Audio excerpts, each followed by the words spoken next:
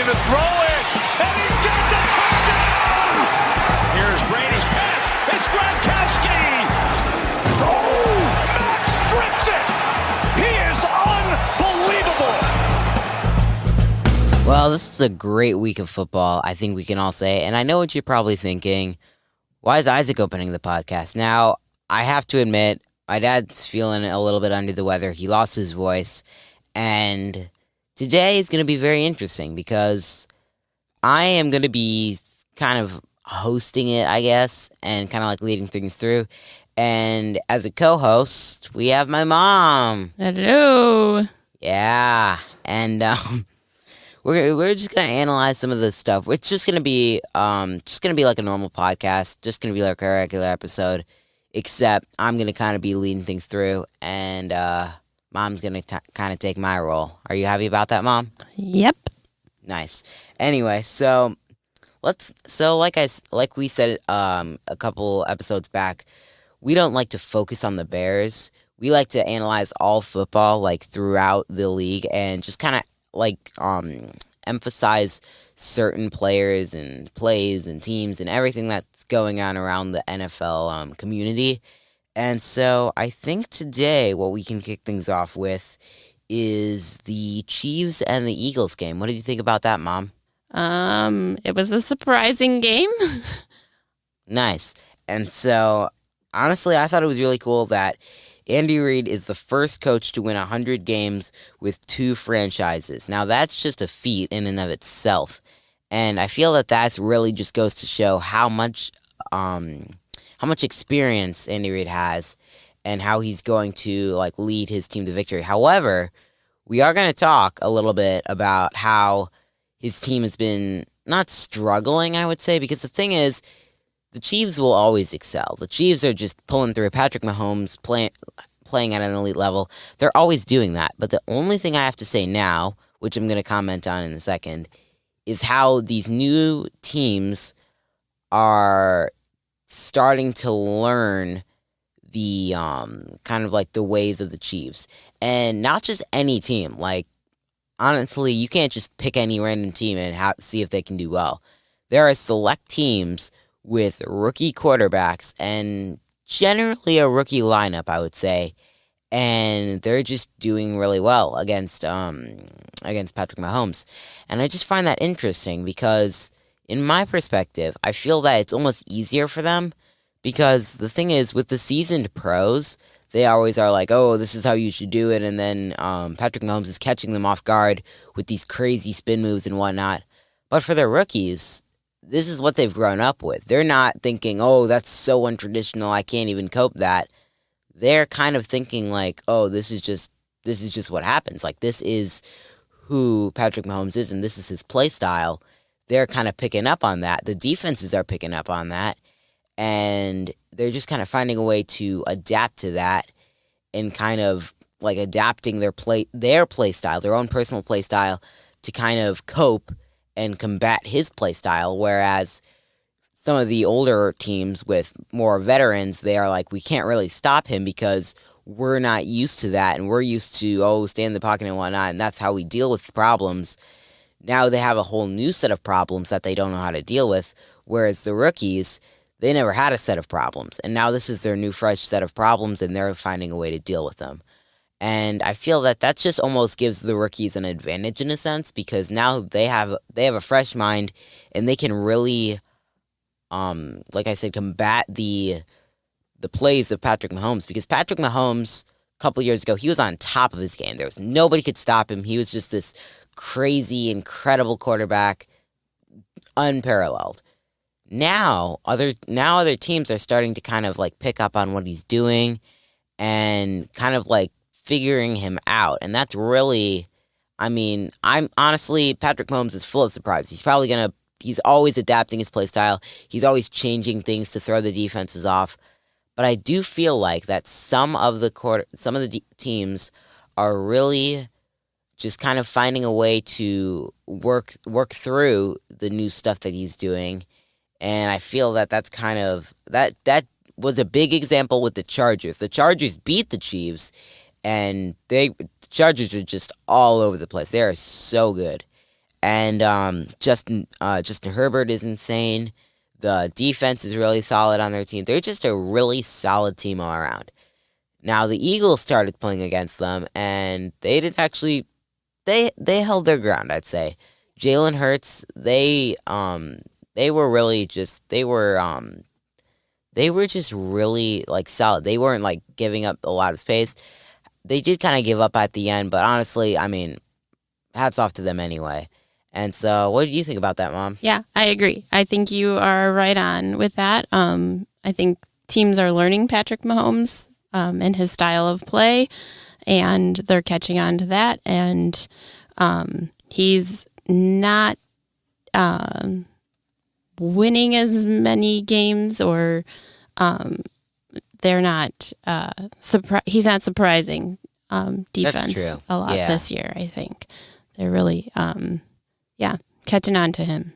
Yeah, and so that was also shown with the Eagles because the defense, like Fletcher Cox. Now Fletcher Cox did get hurt, but the thing is, before he got hurt, he was still like top of his game. He was still really just emphasizing and really just combating the play style of Patrick Mahomes, and he really did like some defenses kind of figure him out. And the thing is, Patrick Mahomes will always have to come up with new ways because now I do have a caveat right here because I know I kind of contradict myself because before this I said, oh, seasoned pros don't know how to do it. Some seasoned pros got it figured out and they can do it right, and one of those has to be Fletcher Cox because Fletcher Cox has been here for a long time, and he clearly knows what he's doing. So right, and Patrick Mahomes is no longer a rookie quarterback, so they've had some time to watch him play. So speaking of rookie quarterbacks, let's talk about the Bears.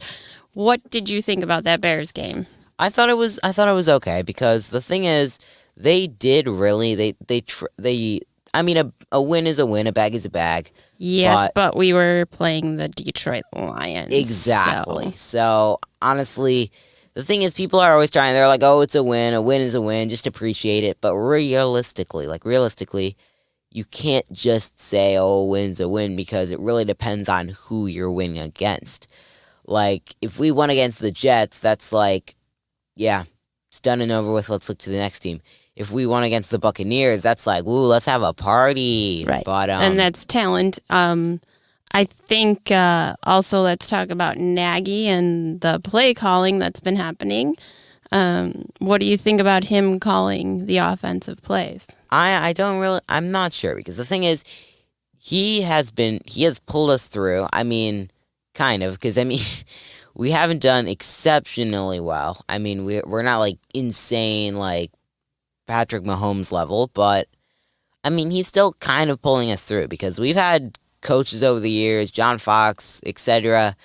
But I think Matt Nagy has done a lot, if not the most, for us because he really just improved our team.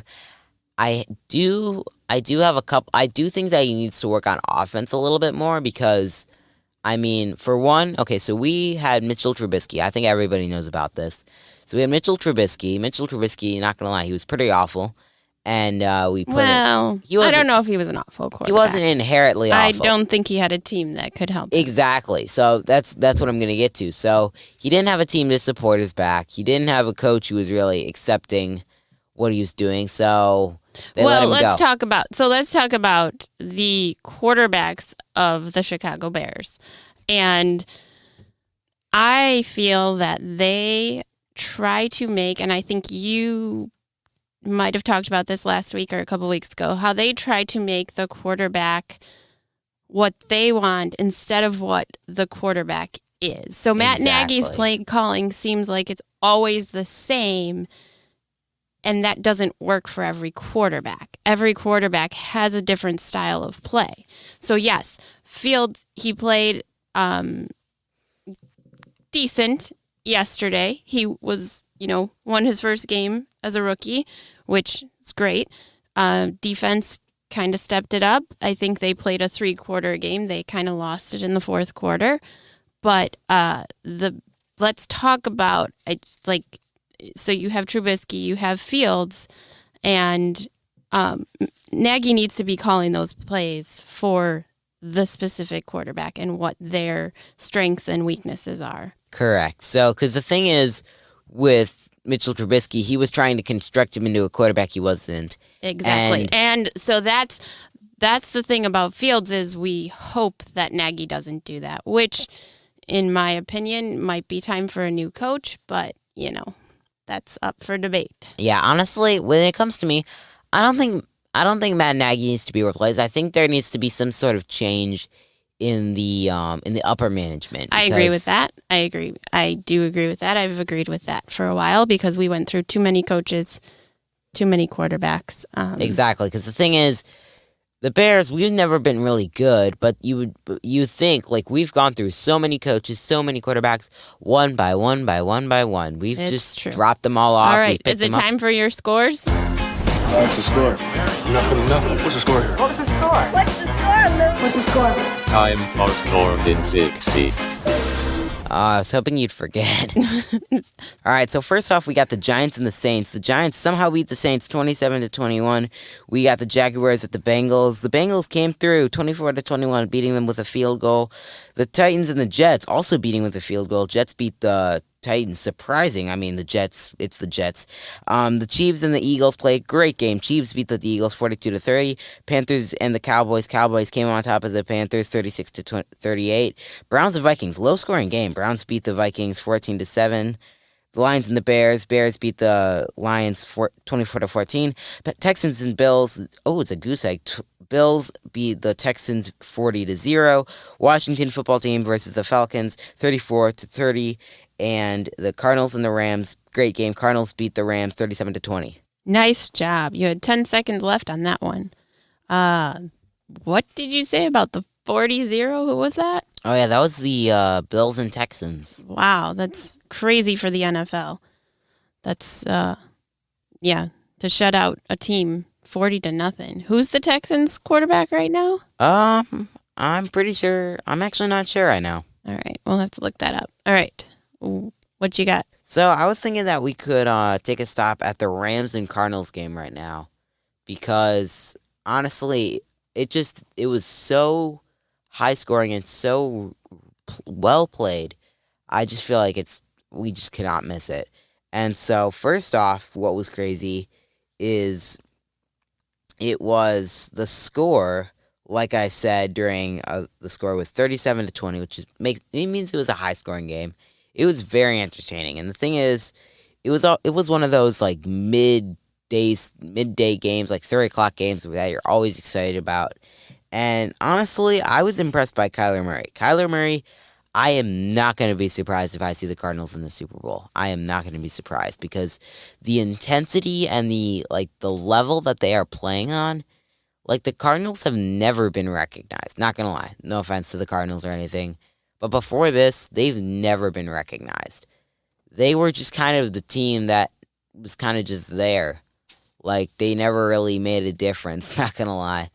And they were always bottom of the division, never made the playoffs. They're kind of just there and never really did anything about it.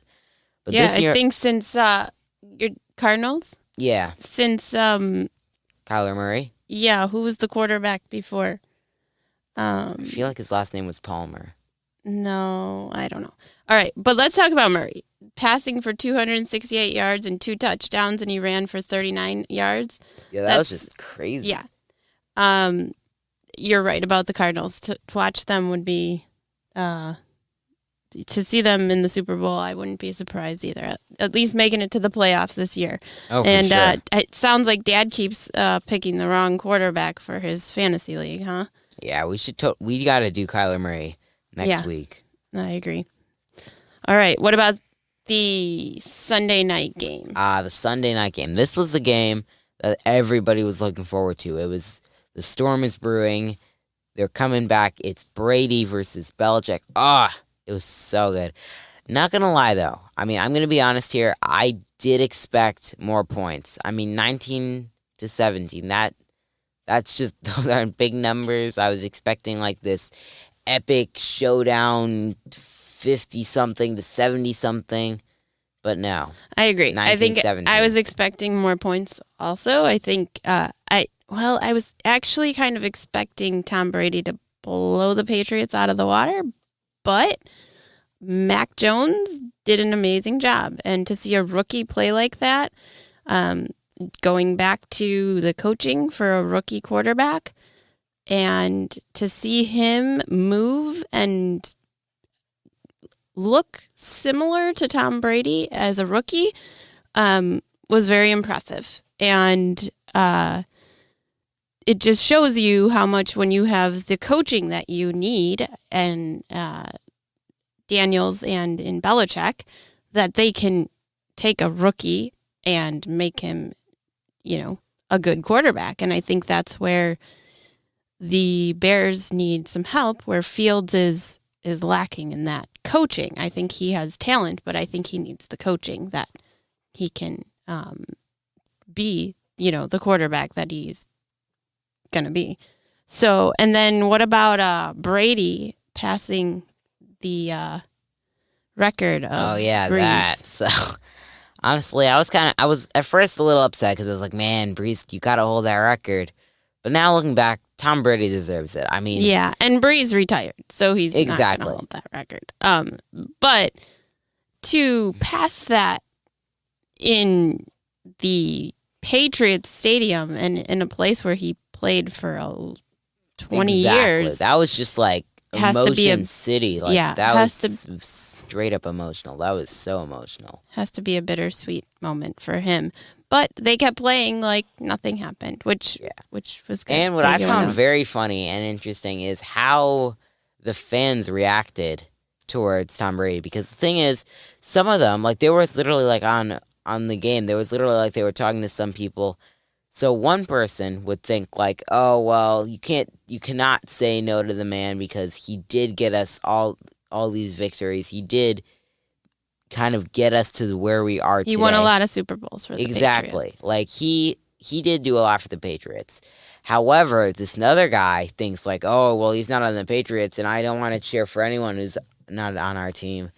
And so it really goes to show how many mixed opinions there are when it comes to like teams, because even I'm kind of on the side of the guy with like, I'm going to cheer for him anyway because, I mean, he did so much for it. Yeah, and he did a lot for the team, but it is still business and it still is football, and so he needed to move on. Exactly. But I did read in all of the speculation that everybody speculated, oh, Tom barely talked to Bill Belichick, and I did read that Bill Belichick did visit the visitors' locker room for 20 minutes after that game and spent some time with Tom one-on-one. So there's a lot of speculation, but I think they still have a great relationship there. And, for sure. And Tom Brady is still part of that team and that legacy in New England. So yeah, I do really think that. It was a good game, very bittersweet for Tom Brady because of all the emotions just rolling around. And yeah, I feel that we're going to have a lot of good games coming up, and we're going to have a lot of good podcast episodes coming up. So stay tuned for our next episode. See you guys.